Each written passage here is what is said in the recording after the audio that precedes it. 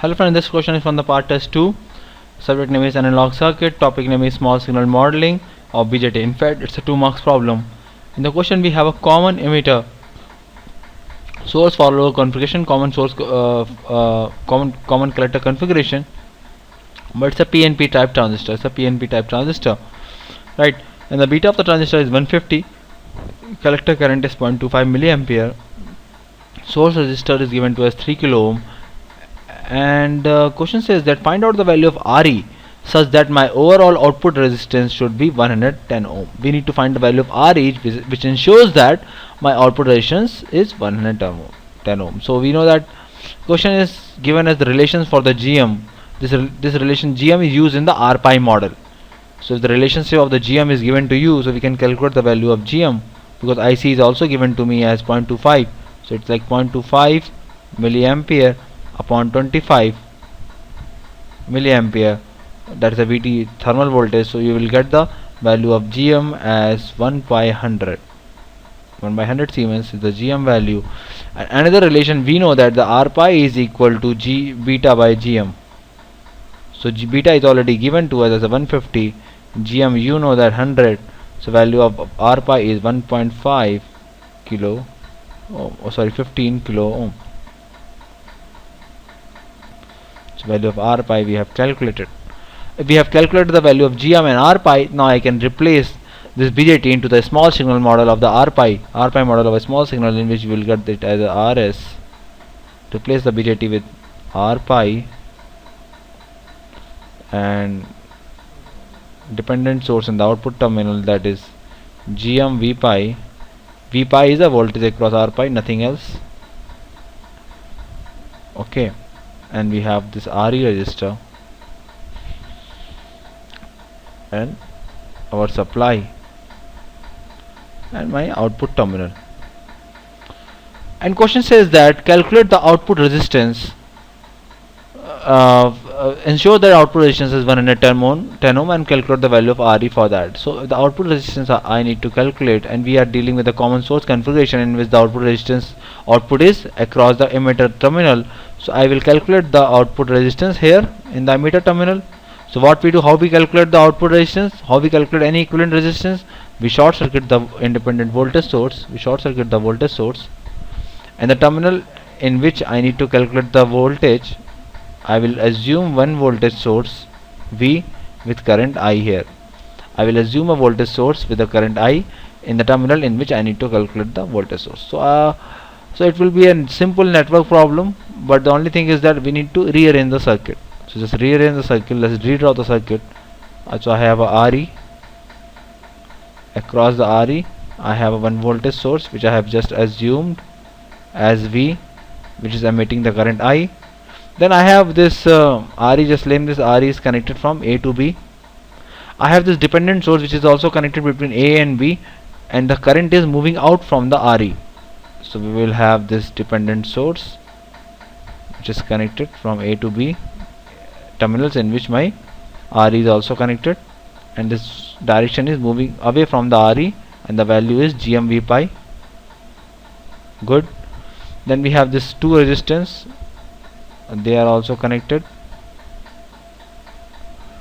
One is R pi, another is RS. Okay, and the current and this is the base terminal. So in the base terminal the current is IB. So the current across this terminal will also be IB. Okay, so now this is a simple nodal problem. You can see that we have two nodes, okay, 4 branches. Simply apply the nodal equation and you will find it as, let's assume the currents, let's assume the current across Re as I dash, and rest all is given to you already. So you will apply the nodal at A. Nodal says that sum of the incoming current is equal to sum of the outgoing current. Your incoming current is only I is equal to I dash plus this IB plus GMV pi, right? Now we see that what is the I dash is nothing but your this voltage V is connected between A and B, so B is grounded, so VA is basically your V. So I dash is V by RE. IB is current across R pi and RS, which is again V by RS plus R pi, right? And V pi is the voltage across your R pi, right? V pi is what? Voltage across R pi. So your V pi will defined as IB into R pi, right? And IB, we know that IB is what? IB is V by RS plus R pi. So just put the values as GM V pi as IB V upon V R pi upon RS plus R pi. V R pi upon RS plus R pi is I. And what is my output resistance? My output resistance will be V by I. So we know the equation. We have a variable. Just simply take the LCM and you will get it as V by I will be equal to as R pi plus RS into RE upon, just take the LCM and you will get the expression as R pi plus RS plus RE plus GM R pi RE. And what is my V by I? This V by I is nothing else than my output resistance. This V by I is nothing but my output resistance. This is the resistance across the output terminal. This is the resistance across the output terminal. This is my R0. We know the R0. Question says that R0 should be 110 ohm. This R0 should be 110 ohm. This R pi, we know the R pi. We have calculated the R pi as a 15 kilo ohm. It is 15 kilo ohm.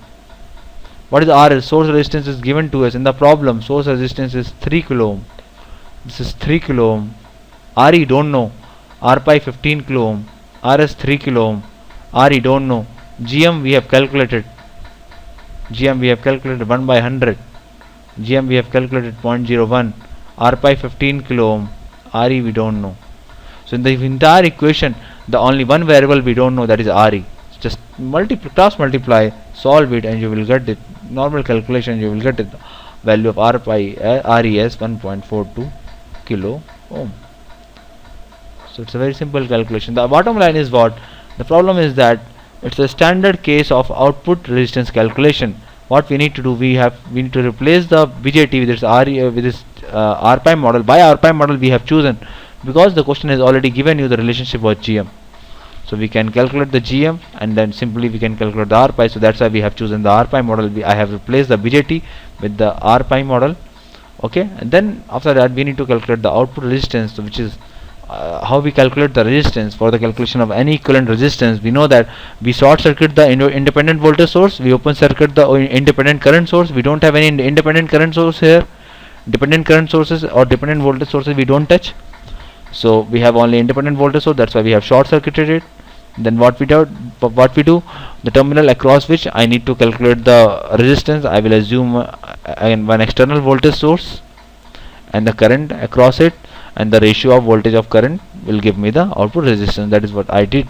I have just redesigned the circuit such that I can easily apply the nodal, and I have calculated the V by I, which is my R0. But in the problem, R0 is already given. Actually we need to calculate the RE, so we have just put the value and calculated the RE. It's a very important problem. Small signal analysis is always a very important topic. Okay, thank you.